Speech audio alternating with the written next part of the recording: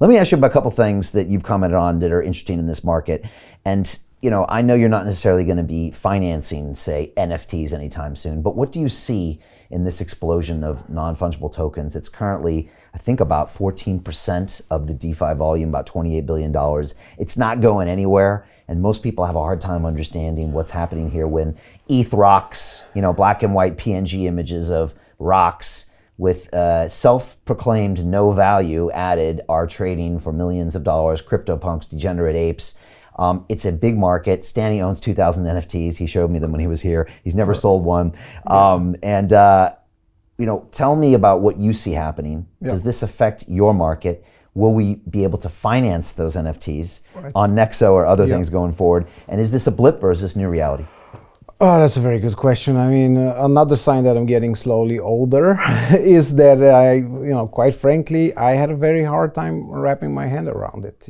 I am very native to the blockchain space. DeFi, I understood, was somewhat skeptical, but I understood it at a conceptual level. And then with NFTs, I'm only now trying to, have some success in understanding it. It is, when people say it's just speculation and people buying it to sell at higher prices, this is how crypto began ultimately, right? This is the first wave of activity, so I've come to view that as not a negative thing, but the first stage. So out of this, after the run-up in 2013 around the Cyprus crisis, we had Bitcoin touching $1,000 for the first time. A year after, we'd had Ethereum with some real-life use cases, smart contracts. So I think we're very early in NFTs, and we're going yet to see how they're useful, because I do question how sensible it is for black and white PNGs to cost a few $1 million, and they're even ugly. Quite frankly, they're not beautiful to look at. I understand, but they're scarce. Okay. And they were made back in 2017. Yeah, well, but there's not the aesthetic aspect, so there must be something else to it. But once you start digging deeper, there are metaverse platforms where NFTs is not just a picture. These are items that give you access, much like we talked about watches earlier, having a nice Swiss-made watch, and this, ideally the bouncer at the club or the restaurant sees your watch and he knows, this is a guy who I better let in because he's gonna spend some money. Now, NFTs are taking this concept of status, of access to the next level, because there's going to be, and already are, virtual realities, and people live in them as enthusiastically as they do in real life. Well, you and me maybe not, but the next adults or the younger adults, they do that, and you gotta take things from their perspective. They're spending half of their life online in a virtual reality, and these things, they provide some utility there.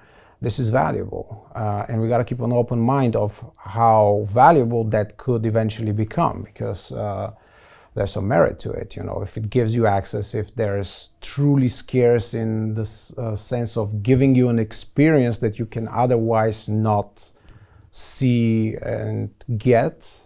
This is different from a picture which the pixels are uniquely positioned. So there's potential there.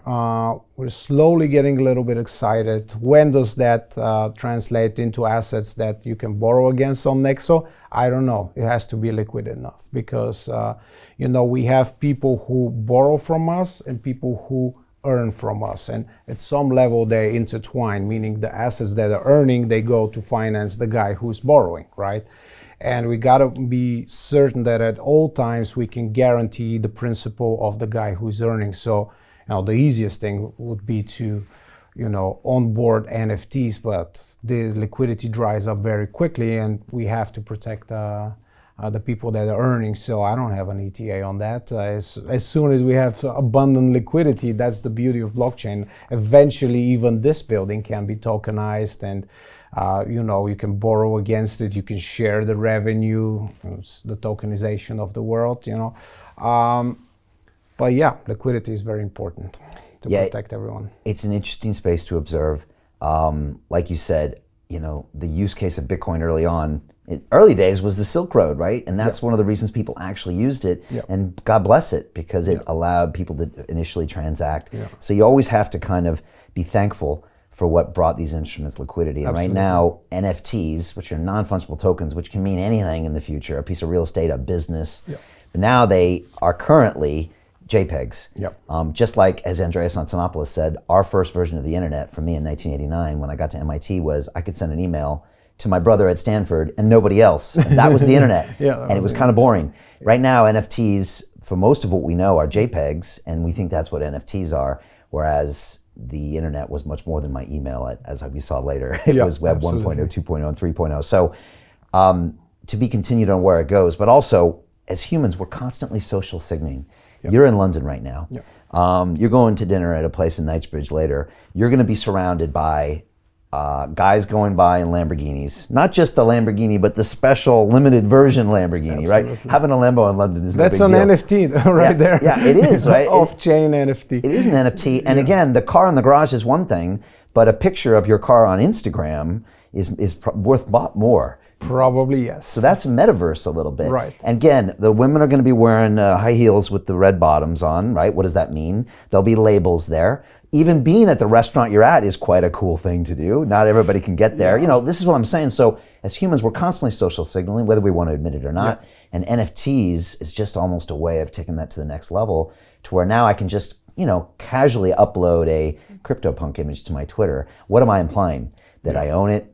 I might even have a blockchain link. You can check that I own it. And that means that I must be pretty cool, right? And if Jay-Z's doing it, and Snoop Dogg is now the godfather, the Medici with 17 million in NFTs, it is a cool thing. And when your digital identity is everything, that $500,000 for the ETH Rock, man, just got you a lot of credibility.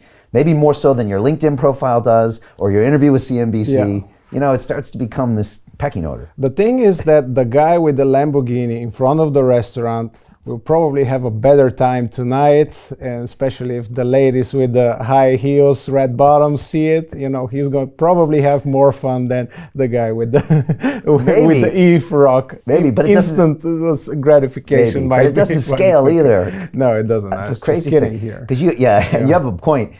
It might work out, but also the other one scales by potentially 10,000x. Absolutely. So it's this weird space, and it's real, and people are investing in them, and they're collecting them, and it's going to be interesting. It's early days, and there's much to unfold here, and the potential. I'm starting only now to grasp the potential. Quite frankly, I'm not scared to admit that.